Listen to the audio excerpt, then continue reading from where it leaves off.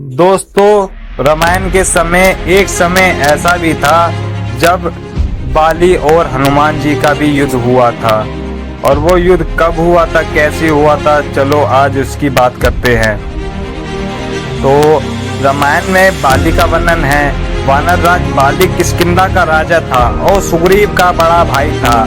बाली को वरदान प्राप्त था कि उसके सामने जो भी युद्ध के लिए आएगा उसका बल बाली को प्राप्त हो जाएगा। उसने इस वरदान के कारण ही लंका के राजा रावण को हराया था और बड़े बड़े राक्षसों को यमलोक पहुंचा दिया था। अपने बल के घमंड में चूर बाली ने एक बार वीर हनुमान को युद्ध के लिए चुनौती दे डाली, लेकिन उसके परिणाम का अंदाजा बिल्कुल भी ना था। एक बार बाली अपने बल के घमंड में चूर होकर जंगल में जाकर पेड़ पौधों को उखाड़ने लगा और जोर जोर से चिल्लाने लगा। वह हनुमान जी प्रभु राम की साधना में लीन थे। बाली के इस हरकत से उनकी साधना भंग हो रही थी। वह बाली के पास गए और ऐसा ना करने को कहा। तब बाली अपने घमंड में चूर हनुमान जी को युद्ध के लिए ललकार देता है और हनुमान जी उसको अनदेखा कर देते हैं, लेकिन बाली ने प्रभु राम का नाम लेकर उनको युद्ध के लिए ललकार दिया था।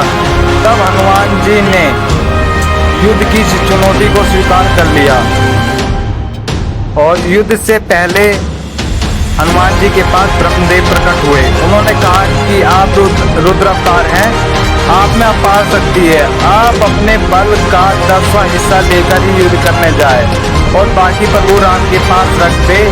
युद्ध के बाद वापस जब आओगे तब वह ले लेना।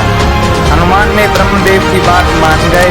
तय समय पर हनुमान जी युद्ध के लिए बाली के समक्ष पहुंच गए।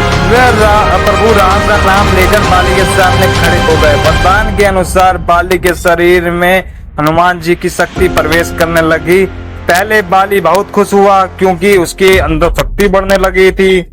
कुछ समय बाद उसे महसूस होने लगा कि उसके शरीर में क्षमता से अधिक शक्ति समा गई है और वह लगातार बढ़ती जा रही है, पर उसे वह नियंत्रण नहीं कर पा रहा था। उसे ऐसा लगने लगा था कि अब उसका शरीर फट ही जाएगा। तभी ब्रह्मदेव प्रकट हुए और बाली से बोले कि तुम हनुमान से युद्ध करना चाहते थे। हनुमान रुद्र अवतार हैं और अतुलित बलशाली है। उनके पास अपार बल है जिसकी कोई सीमा ही नहीं है। तुम संभाल भी नहीं सकते। अभी तो वह सिर्फ अपनी शक्ति का सिर्फ 10वां हिस्सा ही लेकर आए थे, तुम वो भी नहीं संभाल पा रहे। ब्रह्मदेव जी की ये बात सुनकर बाली हनुमान जी से क्षमा याचना करने लगता है और उनकी अपार शक्ति का वर्णन करने लग जाता है। तो उसके बाद ये युद्ध वहीं टल जाता है और बाली जी का घमंड वहीं चकनाचूर हो जाता है। तो ये थी हनुमान जी और बाली के युद्ध की कहानी। तो दोस्तों, आपको ये कहानी कैसी लगी? अगर अच्छी लगी तो वीडियो को लाइक, कमेंट, फॉलो जरूर करें। जय सिया राम।